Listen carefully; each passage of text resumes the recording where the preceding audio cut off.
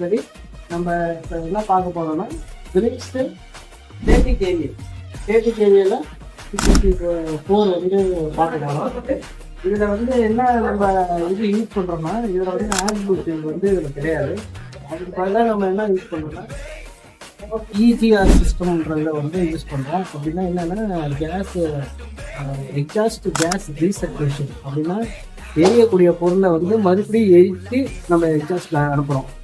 நம்மளோட இது என்னன்னா பிடிசி பொருள் வந்து கேஸ் வந்து இது பொல்யூஷன் வந்து ஆகக்கூடாதுன்னா நம்மளோட மெயின் இது. அதனால வந்து நம்ம இந்த சின்ன ஸ்மால் கேவியக்கெல்லாம் இந்த மாதிரி யூஸ் பண்ணுவோம். பெரிய கேவியக்கெல்லாம் இருந்தால் ஆட் ப்ளூடூத் யூஸ் பண்ணுவோம். அதுக்கப்புறம் இதோட டேங்க் கெப்பாசிட்டி பார்த்தீங்கன்னா 70 லிட்டர் உங்களுக்கு வரும். அதே சமயம் இதோட ஃபுல் லோட் ஆம்ஸ் பார்த்தீங்கன்னா 40 ஆம்ஸ் இதில் லோட் பண்ணலாம் ஈச் ஃபேஸு.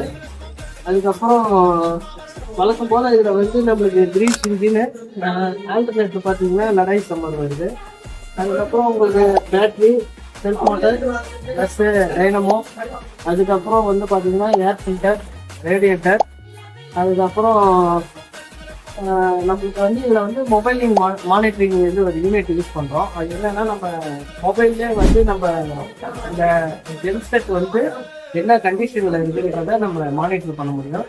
அதே சமயம் இதில் வந்து உங்களுக்கு எவ்வளோ எக்ஸாஸ்ட் போகுதுன்றதை வந்து கண்ட்ரோல் பார்க்கறது வந்து பார்த்தீங்கன்னா இந்த கண்ட்ரோலரு இதில் வந்து நம்மளுக்கு மானிட்டரிங் ஆகும்.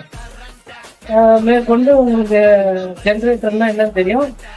நமக்கு பவர் கட் ஆச்சுன்னா ஆட்டோமேட்டிக்காக ஜென்ரேட்டர் ஸ்டார்ட் ஆகி நமக்கு பவர் வந்து கஸ்டமர் சைடு கொடுப்போம்.